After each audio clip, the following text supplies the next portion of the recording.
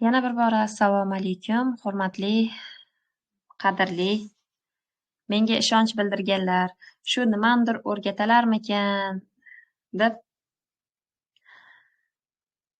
vaqtlaringni ayamasdan darsga qatnashayotganlar, sog'-omonmisiz? Kecha va'da bergan edim bu darsni, lekin ayrim sabablarga ko'ra kecha vaqtida o'ta olmadik. Shuning uchun balki xabari yo'qlar bordir. Darsni zapis qilib qo'yaman. Kanalda o'zi kecha darsda o'tib, kecha o'chirib tashlamoqchi edim, lekin kecha o'zimdan o'tgan muammolar bo'lgani uchun endi kanal xohlaganlaringcha turadi va mana shu darsni zapisini shu kanalga yuklab qo'yaman. Ekran ko'rinyaptimi? Ekran ko'rinyaptimi? Endi biroz sizlarni ovora qilaman. Yozib yubora olasizlarmi? Ekran ko'rinyaptimi? Ovozim bormi? Rahmat. Imtihonga kirdik.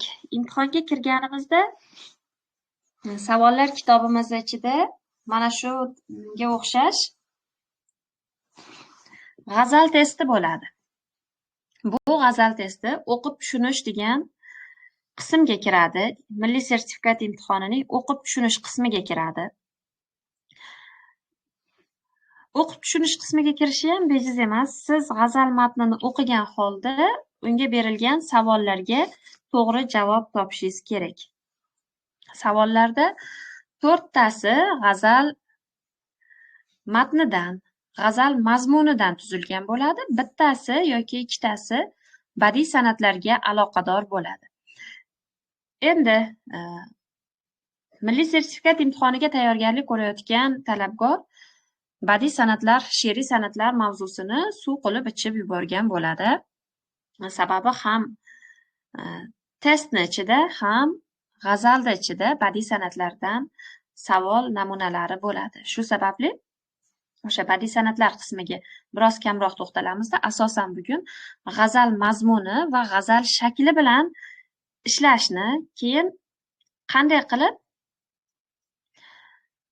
aniq javob topish mumkinligini, aniq bo'lmasa ham 80% holatda to'g'ri javob chiqarib berish mumkinligini sizlarga bugun o'rgatmoqchiman. Buni yo'li qiyin emas, oson, nisbatan oson. Faqat biz o'sha kalit so'zlarni va g'azallarda uchraydigan o'sha ko'p uchraydigan lug'at so'zlarni mazmunini, ayrim istilohlarni mazmunini bilsak bo'ldi. Bu bizni qiynamaydi. Endi yoshligimizdan g'azal o'qiganmiz, yoshlikdan g'azal yodlaganmiz. O'qituvchi bo'lib ham darslarda o'quvchilarga dars berish jarayonida o'sha g'azallarni mana unaqangi bo'ladi deb turib mazmunini o'zimizcha izohlab bergan holatlarimiz bo'ladi. Shunaqangi paytlarda lug'atlarni ko'rib ko'p lug'atlar bizga yod bo'lib ketgan. Masalan, mushk degani qora degan so'zligini bilamiz yoki o'sha muattar, hid taratuvchi suyuqlik degan ma'nosi borligini bilamiz. Sayd degani ov deganini bilamiz, sayyod ovchi degan so'zlarni bilamiz. Chashim degan so'z ko'zga nisbatan qo'llanishini bilamiz. Xo'y degan so'zni o'sha qiliq degan ma'nosi borligini yoki bo'lmasam ter degan ma'nosi borligini bularda endi yod bo'lib ketgan. Agar sizda mana shunaqangi tushunchalar yod bo'lmagan bo'lsa, bugundan lug'at yodlashni boshlang. Chunki qancha ko'p g'azalga oid lug'at bilsangiz, so'zlarning mazmunini ko'p bilsangiz, qiynalmaysiz. Attestatsiya imtihonida ham xuddi shunaqangi holat. Adabiyot testlarini ko'pida qoraytirib turib lug'at so'z beryapti-da, mana shu so'zni mazmunini va asar muallifini toping deyapti-yu. Shu paytda sizni lug'at bilishingiz sizga ancha katta yordam beradi. Agar lug'at bilsangiz, mana g'azal testidan ham qiynalmas ekansiz, lug'at bilsangiz, attestatsiyada adabiyot testlaridan ham qiynalmasdan bemalol javob topa olishingiz mumkin ekan. Bugundan bitta daftar tutingda adabiyot darsliklarini chetida, chekkasida yozib chiqilgan lug'atlarni yozib yodlashni boshlang. Men birinchi toifaga imtihonga borganimda, mana shu kuzda attestatsiyaga borganimda, rosa ishim ko'payib, umuman yangi adabiyot ham, eski adabiyot ham, adabiyot kitob o'qib bormadim. Lekin 80 ball bilan birinchi toifani oldim. Sababi o'sha lug'at bilganim bo'ldi. Lug'atga qarab, keyin matn mazmuniga qarab kontekst deyiladi. Kontekstga qarab turib test ishlay oldim. Mana shu o'qib tushunishga o'xshagan yoki bo'lmasam matnni mazmuniga qarab turib, lug'atni o'zini o'rniga qo'yib turib ishlay olish mumkin bo'lgan adabiyot savollar ko'p tushgani meni yutug'im bo'ldi. Shu sabab adabiyot umuman o'qimagan bo'lsam ham adabiyot testini qiyinchilik bilan bo'lsa ham ishlab chiqa oldim. Sizga ham maslahatim, bugundan boshlab o'sha adabiyotda qirg'og'idagi lug'atlarni yozib yodlashni boshlang. Qiynalib o'qib adabiyotdagi ma'lumotlarni yodlagandan ko'ra o'sha lug'at bilan ishlab test ishlasangiz nisbatan ishingiz osonlashadi. Ham bundan buyog'iga o'qib tushunish, mantiqiy fikrlash, matn asosida fikrlash bilan bog'liq testlar tuziladi va mana shunaqangi testlar berib boriladi. Shu sababli lug'at bilish yoki bo'lmasam o'sha matn mazmunidan kelib chiqib fikrlash sizga katta yordam beradi. Fikrlash doirangiz qancha keng bo'lsa, siz testda shu darajada qiynalmay ishlay olasiz. Bu attestatsiya imtihoni va sertifikat imtihonini shu yerda maslahatlarni tugatamizda, endi g'azalimizga qaytamiz. Kirdik. Xo'p, g'azalda 2-2,5 ball oralig'ida ball beriladi. Ya'ni 10 balldan 15 ballgacha siz g'azal testidan ball to'play olishingiz mumkin. U endi auditoriyani hisobiga qarab, agar siz g'azal testini hammasini to'g'ri ishlagan bo'lsangiz, bitta o'sha qiyin testi bo'lsa-yu, masalan, 4-savoli 31-savolga to'g'ri keladi. 31-savol rosa qiyin bo'lsa, sizni auditoriyangizdagilar, ya'ni sizni guruhingizdagilar o'sha savolni topa olmagan bo'lsa-yu, siz u savolga javob bergan bo'lsangiz, ana o'sha topgan ballingiz, testingiz bali eng yuqori natijagacha chiqishi mumkin. 3 ball, 5 ball, 7 ball, mana shu darajagacha ko'tarilib ketishi mumkin. Bu endi auditoriyani guruhda test ishlash darajasiga bog'liq. Agar siz g'azal testidan 5 tadan 5 tani to'g'ri ishlab qo'ysangiz, o'sha o'qib tushunish bandidan sizga 25 ballgacha, maksimal 25 ballgacha beriladigan bo'lsa, 12-15 ballini qo'lga kiritishingiz mumkin. Bu degani menimcha anchagina katta ball. Mana g'azal berilgan. G'azalni o'qimang. G'azalni o'qib vaqt ketkizdirmang. G'azalni qachon o'qish kerakligini aytaman. G'azalni hozir o'qimaymizda, biz lug'atga qaraymiz birinchi. Meni birinchi qiladigan ishim har doim lug'atga qarash.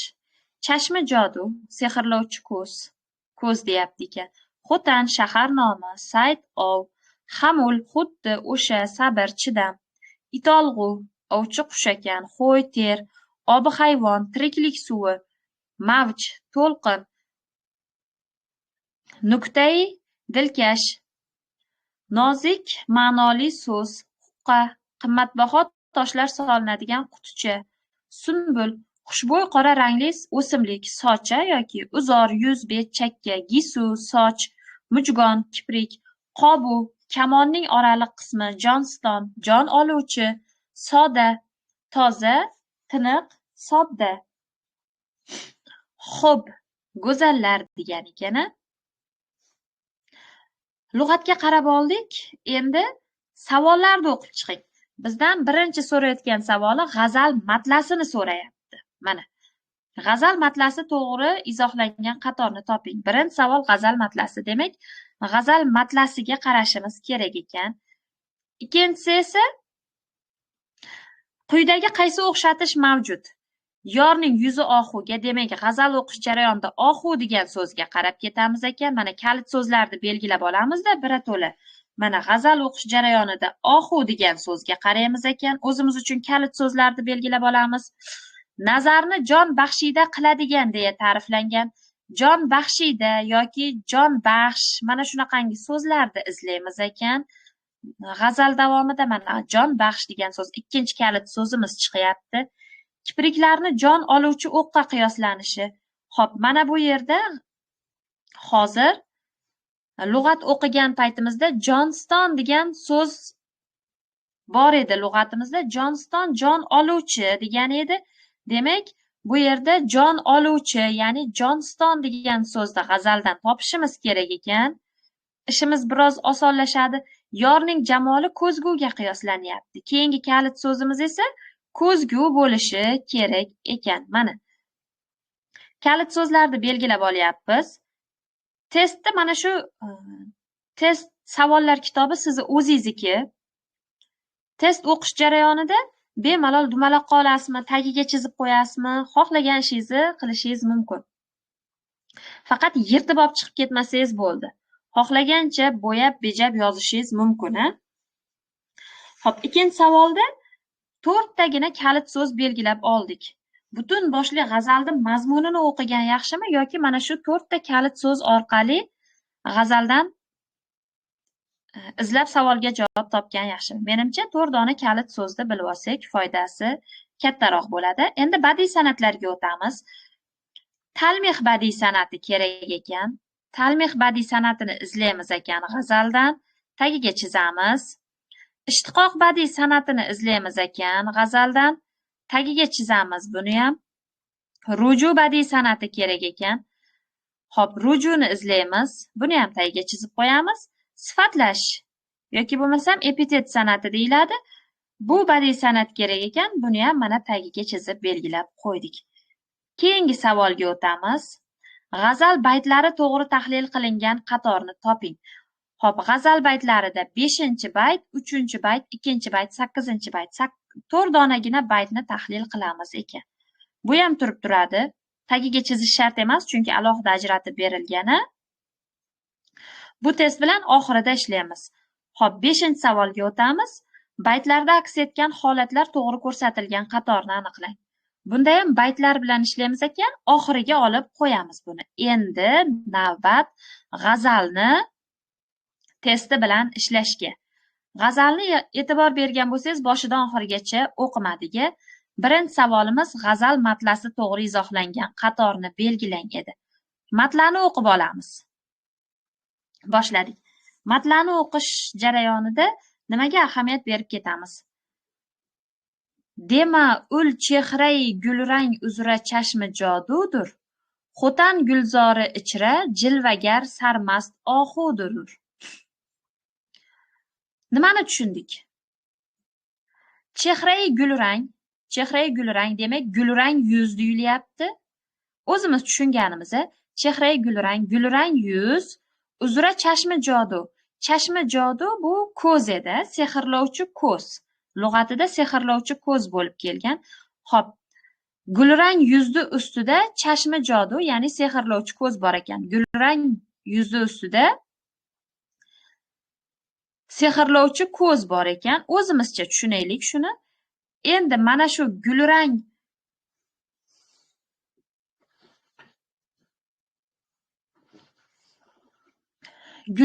yuzdagi sehrlovchi ko'zimiz xo'tan gulzori ichra jilvagar sarmast ohuga o'xshatilyapti ekan. Bu yerdagi gulrang yuz xo'tan gulzoriga o'xshatilyapti. Mana bu yerga qaraymiz. Mana chehrai gulrang yuzimiz xo'tan gulzoriga o'xshatilyapti. Chashmi jodu ko'zimiz esa mana bu yerdagi sarmast ohuga o'xshatilyapti ekan. Belgilab olaylik. Mana sarmast ohuga. O'zimizcha tushunamiz. Gulrang yuz ustidagi ko'zlarni sehrlovchi dema, balki u xo'tan gulzori ichida yurgan jilva qiluvchi sarmast ohudir deyapti. Ya'ni yuzni xo'tan gulzoriga o'xshatilsa, ko'zlarni ohuga o'xshatilyapti. Endi testimizga qaytamiz. Yorning yuzlarini gulrang, ko'zlarini jodu dema. Shunday deyish bormi? Yo'q. Yorning yuzlarini gulrang dema demayapti-da. Yorning gulrang yuzidagi sehrlovchi ko'zi jilvagar ohuga o'xshatilsa, uni gulrang yuzi xo'tan gulzoriga o'xshatilayotgan edi. Baytimizga qaraydigan bo'lsak, A variantda saroy so'zi baytimizda yo'q. Mana bundagi saroy so'zini tagiga chizaylik yoki sarg'aytiraylik. Mana saroy so'zi. Qarang mana. Dema ul chehrai gulrang uza chashmi jodudir, xo'tan gulzori ichra jilvagar sarmast ohudir. Baytda saroy so'zi bormi? Saroy so'zi baytda yo'q. Demak, A varianti noto'g'ri deya olamiz. Chunki bunda baytimizda yo'q so'z bor ekan, saroy so'zi bor ekan. A varianti chiqarib tashladik. Bu xato bo'ldi. B variantga o'tamiz. Uning gulrang yuzidagini sehr qiluvchi ko'zlardir demagin. Aslida ular xo'tan gulzorida jilva qiluvchi sarmast ohudirlar. Mana bu yerda endi ko'zni sarmast ohuga o'xshatilish holati bo'lyapti. Bu to'g'ri javob bo'lishi mumkin. Bizni ko'zimizga yaqin ko'rindi. Endi C va D variantni tekshirib qo'yamiz. Yor yuzini gulrang dema, aslida sehrlovchi ko'zlardir. Yor yuzini gulrang dema demayapti-da. Gulrang yuz uzradagi o'sha ustidagi sehrlovchi ko'zlar deyapti. Yuzdagi sehrlovchi ko'zlarda aytilyapti. Mayli, endi hozir mazmun chiqmadi, endi shakliga qarab qo'yamiz. Xo'tan gulzori bir tomon, jilva qiladigan ohular bir tomon. Baytimizda bir tomon degan so'z bormi? Qaytamiz baytimizga. Baytimizda bir tomon degan so'z yo'q. Demak, o'z-o'zidan C variantni ham xato javobga olishimiz mumkin. D variantga o'tamiz. Gulrang chehradagi sehrlovchi ko'zlar sizlar hech narsa demang, chunki mening yorim xo'tan gulzoridagi eng jilvagar ohudir. Mening yorim, sizlar degan so'z, men, siz degan so'zlar baytda bormi? Qaytamiz yana. Baytda mening yorim, siz gapirmang degan so'zlar yo'q. Demak, D variantimiz ham xato ekan. O'z-o'zidan mana mening yorim, siz degan so'z bo'lmagandan keyin buni ham xato variantga olishimiz mumkin. Mana shu narsa kalit so'zlar bilan ishlash deyiladi. Ya'ni birga bir solishtirib chiqsangiz, A variantda saroyidir degan so'z baytda yo'q. B variant to'g'ri javob. Bu belgilab qo'yaylik. B variant to'g'ri javob. Chunki aynan mazmun ham variantdagi va baytdagi so'zlar ham bir xil. C variantda bir tomon degan so'z yo'q. D variantda sizlar mening yorim degan so'zlar baytda yo'q. Mana shu tarzda kalit so'zlar bilan ishlasangiz, siz g'azal testini tahlilida, g'azal testlarida qiynalmaysiz. Ikkinchi baytga o'tamiz. Yorning yuzi ohuga o'xshatilgan. G'azalda quyidagi qaysi o'xshatish mavjud? Qaysi o'xshatish mavjudligini topishimiz kerak. Yorning yuzi ohuga o'xshatilgan, nazarni jon baxsh deya ta'riflangan, kipriklar jon oluvchi, ya'ni Johnston dedik buni lug'atda, yorning jamoli ko'zguga qiyoslangan. Endi baytimizga qaraymizda, g'azalni to'la to'kis o'qib chiqishimiz shart emas yana. Hozir g'azalni boshidan oxirigacha o'qisak, yana vaqtimiz yo'qotiladi xolos. Endi g'azalga qaytamizda biz 4 ta so'z belgilab olganmiz. Qaysi so'zlar? Ohu, jonbaxsh, Johnston hamda ko'zgu. Mana shu 4 ta so'zni g'azal ichidan izlaymiz. Ohu degan so'zimiz birinchi baytimizda turibdi. Bu yerda ohu chashmi joduga, ya'ni ko'zga qiyoslangan. Ana ohu ko'zga qiyoslangan holatini bildik. G'azalga qaytamiz. Savolga, variantga qaytamiz. Yorning yuzi ohuga o'xshatilgan. Yorning yuzi ohuga o'xshatilganmi? Yo'q, yuzi emas, ko'zi ohuga o'xshatilgan. Demak, bu xato variant ekan. Noto'g'ri. Xato variant. B variantga o'tamiz. Nazarni jon baxshida qiladigan deya ta'riflangan. Jon baxsh degan so'zni g'azaldan izlashni boshladik. Jon baxsh, jon baxsh. Xo'p, bu yerdan tarovat baxsh chiqdi. Jon baxsh kulgudir. Mana bu yerda jon baxsh degan so'zni topib oldik. 4-baytda darrov belgilab olamiz. Jon baxsh degan so'zni topdik va belgiladik. Emasdur obi hayvon chashmasida ruhparvar mavj, labi shirini izhor aylagan jon baxsh kulgudir. Demak, yorning o'sha shirin labidagi shirin tabassumi jon baxshida qiluvchiga o'xshatilyapti. Demak, yorning tabassumi jon baxshida, mana jon baxsh kulgudir. Kulgusi, yorni kulgusi jon baxshida qiluvchiga o'xshatilyapti ekan. Variantga qaytamiz. Nazarni jon baxshida qiladigan deya ta'riflangan. Nazar jon baxshida qiladigan deb ta'riflanmagan, aksincha kulgu ta'riflanyapti ekan. Xato variant ekan B variantimiz ham. Kipriklarning jon oluvchi o'qqa qiyoslanishi bor ekan. Jon oluvchi degan Johnston degan edi. Variantdan baytlarga qaytamiz va baytdan Johnston degan so'zni izlashni boshlaymiz. 5-baytimizda yo'q, 6-baytimizda ham chiqmadi. Mana 7-baytimizda Johnston degan so'zimiz bor ekan. Johnston, ya'ni jon oluvchi degani, jon oluvchi degan, mana shuni darrov belgilaymiz. Ana endi mana shu jon oluvchi deb nima ta'riflanyapti? Shuni o'qib chiqamiz 7-baytda. Yetar har lahza mujgoni xayoli jon aro vahkim, olardur Johnston o'qlar bu ul o'qlarga qobudir. Mujgon kiprik degan edi. Bu yerda mujgon kiprik deganini biladigan bo'lsak, Johnston o'q deyilganda aynan kipriklar nazarda tutilyapti. Badiiy adabiyotda kipriklar o'qqa o'xshatilish holati bizga ma'lum. O'sha g'azallarda shoirlar kipriklarni o'qqa qiyoslaydi yoki nayzaga qiyoslaydi. Demak, mujgonda jon oluvchi o'qlar deb o'xshatilishi, ya'ni kipriklarda jon oluvchi o'qlarga qiyoslanishi 7-baytimizda bor ekan. Testimizga qaytamiz. Kipriklarning jon oluvchi o'qqa qiyoslanishi. Voy dod, ana javobni to'g'risini topdik. Baytda ham bor edi, mujgon, Johnston o'qlar deyilgan so'zlar. Mana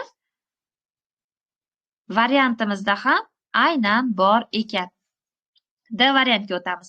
Yorning jamoli ko'zguga qiyoslangan. To'g'ri noto'g'riligini tahlil qilib qo'yishimiz kerak-da. Ko'zgu degan so'zni topamiz. Mana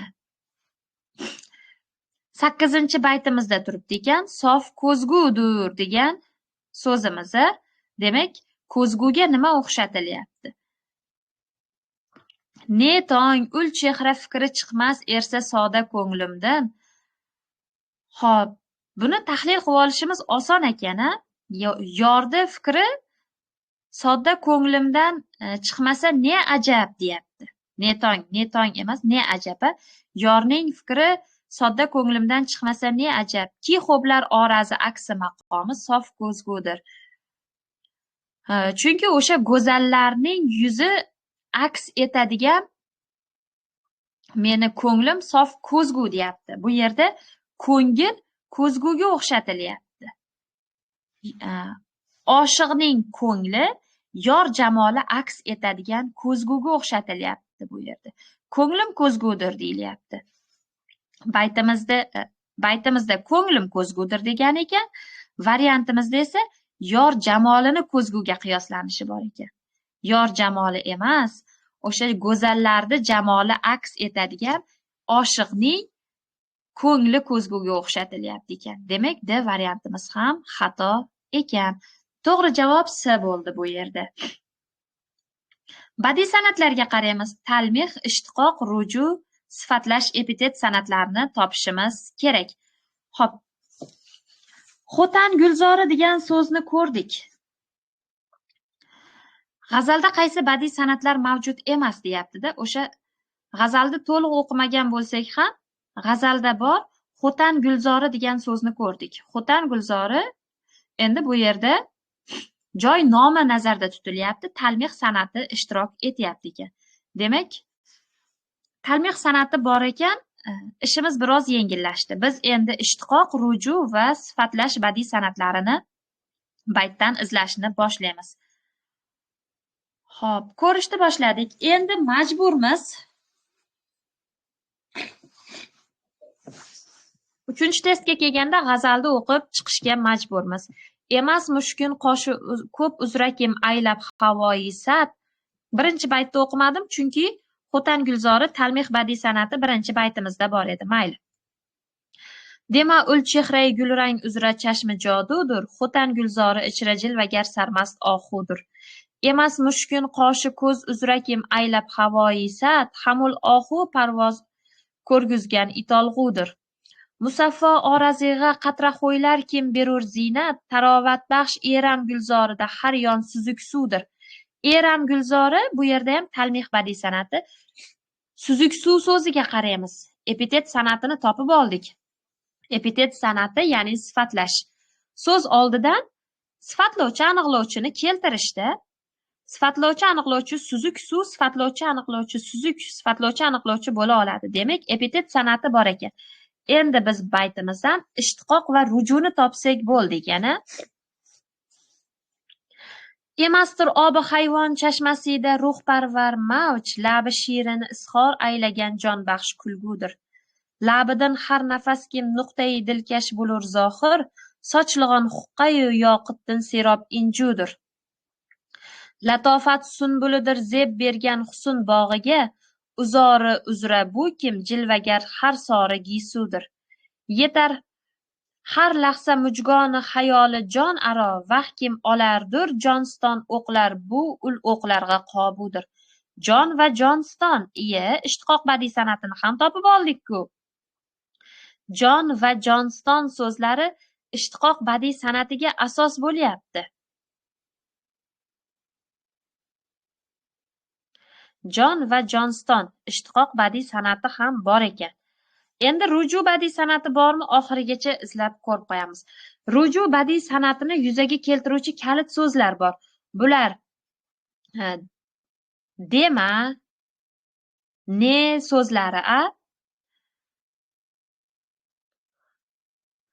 demaki, ne so'zlarini g'azaldan izlab ko'rsangiz, ana o'sha o'zi ruju so'zi, ruju badiiy san'atini sizga topishda yordam beradi. Izlashni boshladik. Mana shu dema so'zi ham ko'proq ikkinchi misra boshida kelsa, ruju bor deb taxmin qilishingiz mumkin.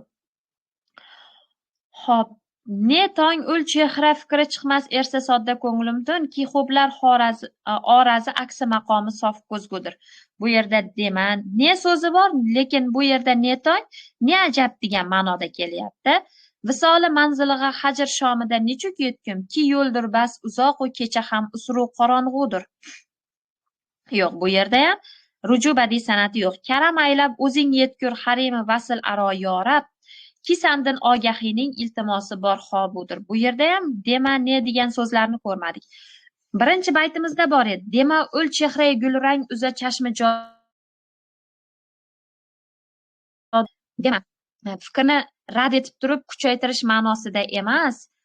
Bu gulrang yuzdagi chashmi jodu dema. Buni gulrang yuzdagi chashmi jodu deb aytma, gapirma degan ma'noda kelyapti. Rujuni yuzaga chiqaruvchi vosita emas. Yorim 18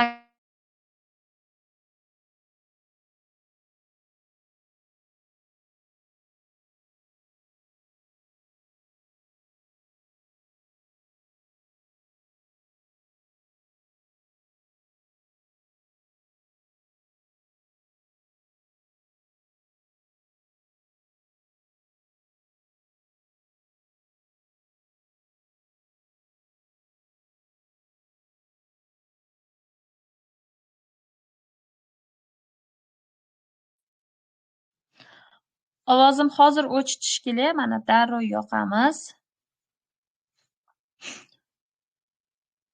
Bo'ldi, endi bora. Ekranimiz ham ko'rinyapti. Bu yerda endi rujuga emas, aksincha gapirma, dema, aytma degan ma'noda kelyapti. Demak, baytimizdan talmih san'atini topdik. Suzuk suv deganda epitet badiiy san'atini topdik va Jon Jonston degan so'zlarda ishtiqoq badiiy san'atini topib oldik. Endi navbat variantlarni ishlashga. Xo'p, bizda mavjud bo'lmagan san'at faqat ruju badiiy san'ati yo'q ekan. Baytda faqat ruju badiiy san'ati yo'q ekan. Demak, to'g'ri javob B. Belgilab qo'yamiz. 4-savolga o'tamiz.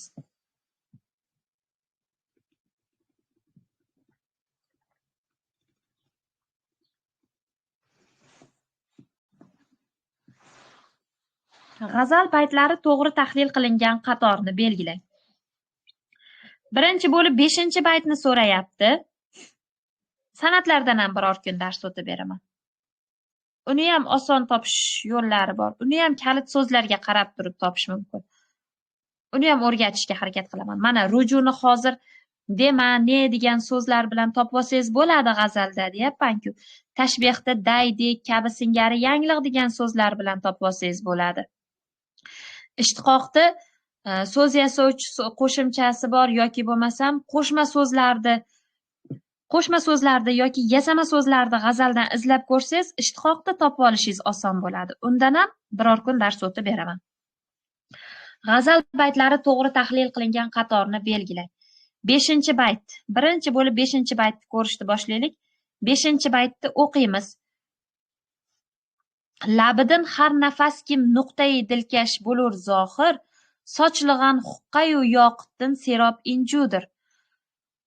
O'zimizcha tushunishga harakat qilib ko'ramiz ekan. Labidan nuqtai dilkash degani lug'atimizda bor edi. Nuqtai dilkash so'zini lug'atda berib qo'ygan edi. Bitta ko'rib olamiz. Nuqtai dilkash nozik ma'noli so'z ekan. Labidan har nafas o'sha nozik ma'noli so'zlar zohir bo'lsa yoki o'sha labidan zohir bo'ladigan nozik ma'noli so'zlar sochlig'on huqqayu yoqutdin serob injudir. Huqqa nima edi? Qimmatbaho tosh saqlanadigan quticha. Ana o'sha qutichadan chiqib sochiladigan injularga, qimmatbaho injularga o'xshatilyapti. Bu yerda lab qutichaga, so'zlar esa yoqut injularga o'xshatilyapti ekan. O'zimizcha shunaqangi deb tahlil qilib oldik. Endi navbat variantga qaytamiz. O'qishni boshladik. Har damda labidan dilkash so'z vujudga keladi. Dilkash so'z bor va bu so'zimizni go'yo qutichadan juda ham ko'p marvaridlar sochilgandek. Quticha, marvarid degan so'zlarimiz ham bor edi. Lab, dilkash so'z, quticha, marvarid degan so'zlarimiz so'zma-so'z baytimizga mos keldi. Demak, bu variant to'g'ri bo'lib qolishi mumkin ekan. 3-baytni ko'ramiz. 3-baytni o'qib olamiz. Musaffo orazig'a qatra xo'ylar kim berur zinat. O'sha musaffo yuziga yordi nozik qatra terlari zinat beryapti ekan. Tarovatbaxsh eram gulzorida har yon suzuk suvdir. Mana shu musaffo orazdagi qatra terlar eram gulzoridagi suzuk suvlarga o'xshatilyapti ekan. Variantga qaytamiz. Tiniq yuziga osmondan yog'ayotgan tomchi terlar zinat berayapti. Osmondan yog'ayotgan tomchi degan so'z baytimizda keldimi? Osmon so'zini qani izlaylikchi baytimizdan. Musaffo orazig'a qatra xo'ylar kim berur zinat, tarovatbaxsh eram gulzorida har yon suzuk suvdir. Baytimizda osmon degan so'z yo'q ekan. Bo'ldi.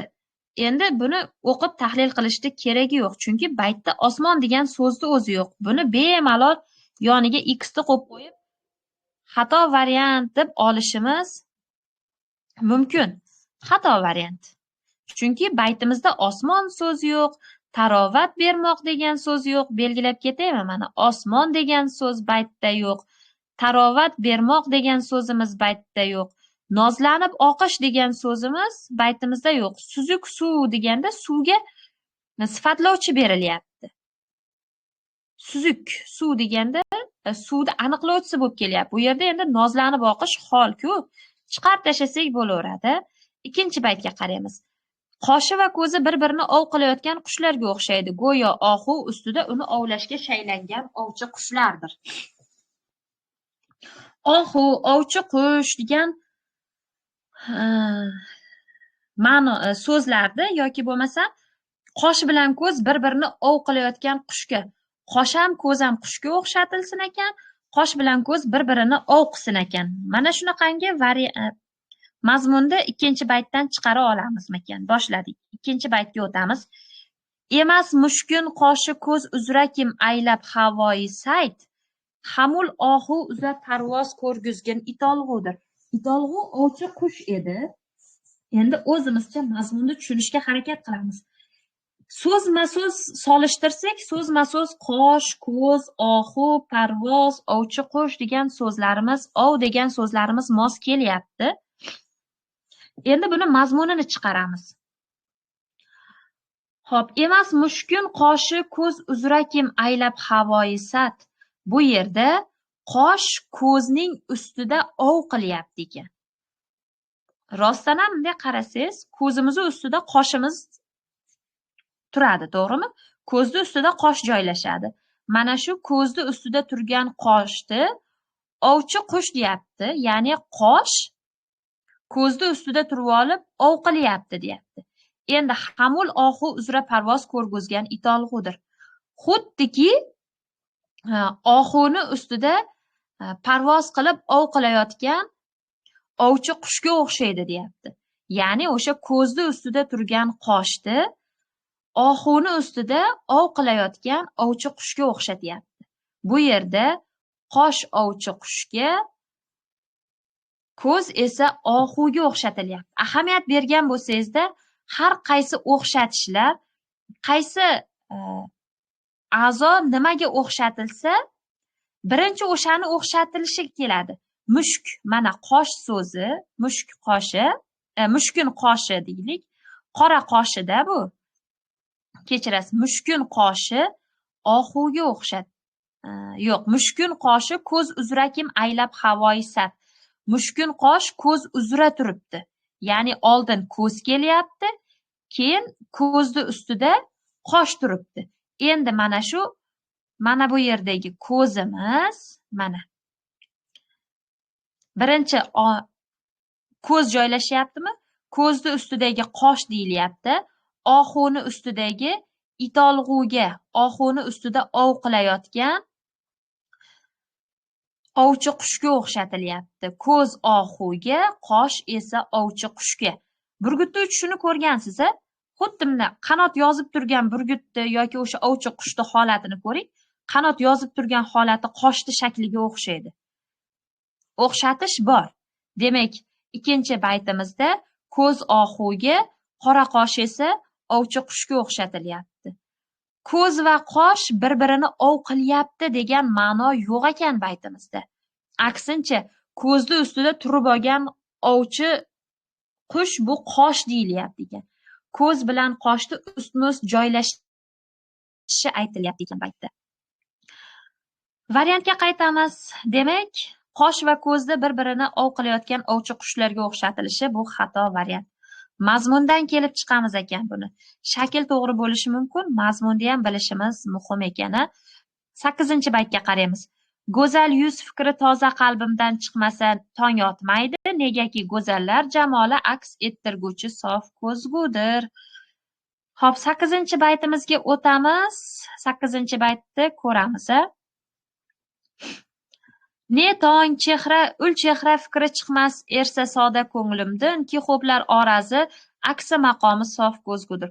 Bu yerda ne tong so'zi ne ajab, ajab emas degan ma'noda kelyapti. Variantimizda esa tong otmaydi degan so'z bor, tong otmaydi emas. Tong otmaydi bu yerda endi xato kalit so'z bo'lib qolyapti. Qolgan hammasi to'g'ri. Ko'ngilda go'zallar jamolni aks ettiruvchi ko'zguligi, go'zal yuz fikri toza qalbidan chiqmasligi, hammasi kalit so'zlar to'g'ri, faqat bu yerdagi tong otmaydi degan so'z xato xolos. Ana D variantdan bitta kalit so'z orqali bu variantni ham xatoligini bilib oldik.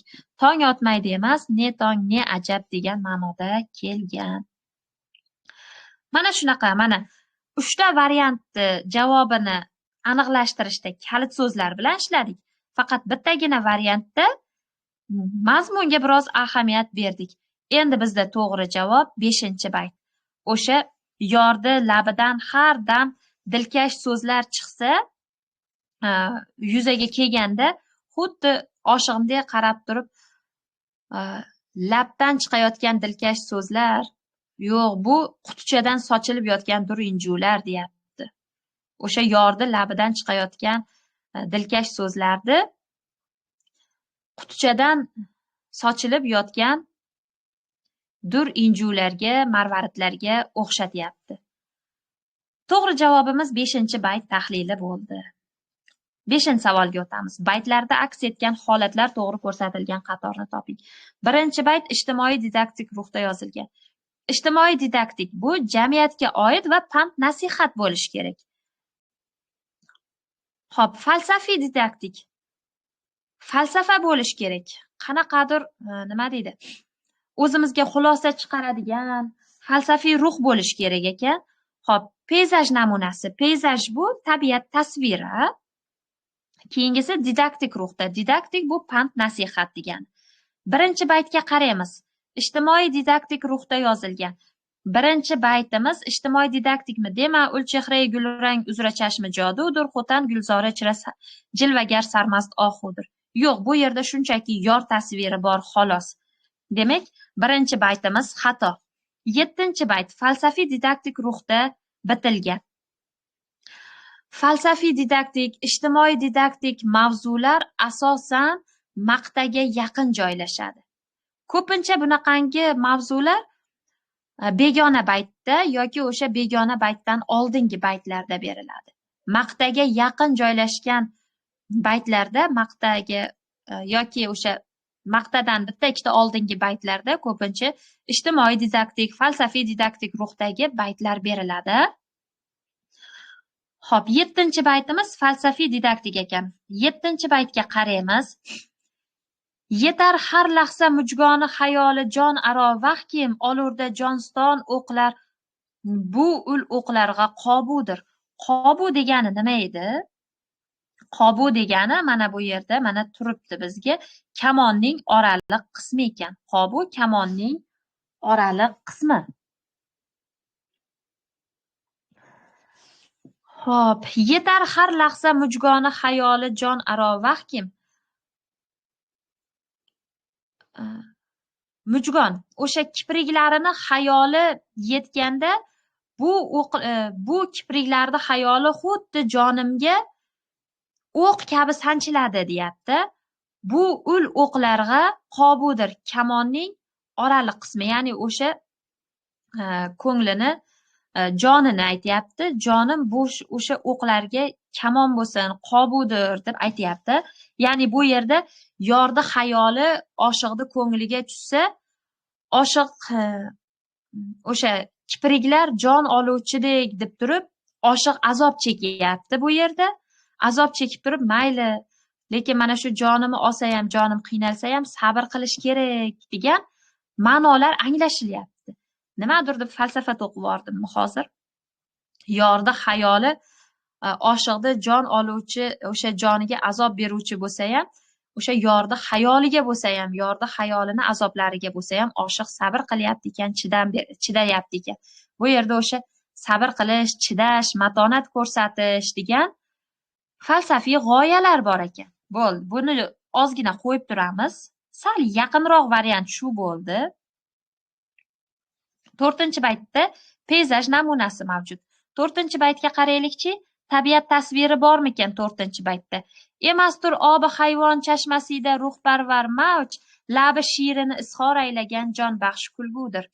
Obi hayvon tiriklik suvi, chashma, buloq. Endi chashma, buloq deganda mana tabiat tasvirini topib oldik deyish noto'g'ri-da. Bu o'sha labni yordi og'zini chashma, obi hayvon tiriklik suvi chiqadigan chashmaga o'xshatilyapti. Bu yerda ham yor tasviri bor ekan. Tabiat tasviri emas, yor tasviri bor ekan. Demak, 4-baytdagi peyzaj namunasi xato ekan. D variantga o'tamiz. 9-bayt didaktik ruhda yozilgan. 9-baytga o'tamiz. Pand nasihat ruhidamikan?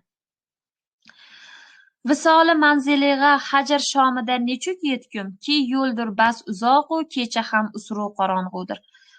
Visoli manziliga, o'sha yordi visoliga shomda yetamanmi? Yo'lim uzog'u, kechayam qorong'u deyapti. Bu yerda nasihat, pand nasihat ruhi yo'q, shunchaki oshiqdi qismati, oshiqdi taqdiri, oshiqdi o'sha achchiq-achchiq alam iztiroblari yoritilyapti xolos. Demak, didaktik ruh yo'q ekan. 7-baytimizda esa yordi xayoli senga ozor bersayam sabr qil degan falsafiy ruh bor edi. Demak, to'g'ri javobimiz B variant bo'ladi. Mana shu. Mana sizlarga aytganim 80%. Bitta testni va o'sha bitta testni ichidagi bitta variantni mazmunga qarab chiqargan bo'lsak, qolgan hammasini deyarli kalit so'zlar orqali ishladik. Menimcha, bu yo'l nisbatan yengilroq, nisbatan osonroq. Siz ham kalit so'zlar bilan ishlab ko'ring. Diagnostik testlaringizni kalit so'zlar bilan, baytdagi so'zlarni variantdagi so'zlar bilan so'zma-so'z solishtirib ko'ring. Nisbatan oson topasiz. Buni ko'p g'azal test ishlash jarayonida eksperiment qiling, sinovdan o'tkazing. Ana shunda albatta Xudo xohlasa natijasi bo'ladi. Darsimizga yakun yasaymiz. Rosa ham ko'p vaqtlaringni oldim. Bu uchun uzr. Yana Xudo xohlasa shu hafta yakuniga qadar yana bitta, o'zi bir kunlik kanal bo'lgan, lekin yana bitta g'azal darsi o'tib beraman. Yana ham yaxshiroq tushunib olishlaring uchun. Hammaga rahmat e'tiborlaring uchun. Sog' salomat bo'linglar.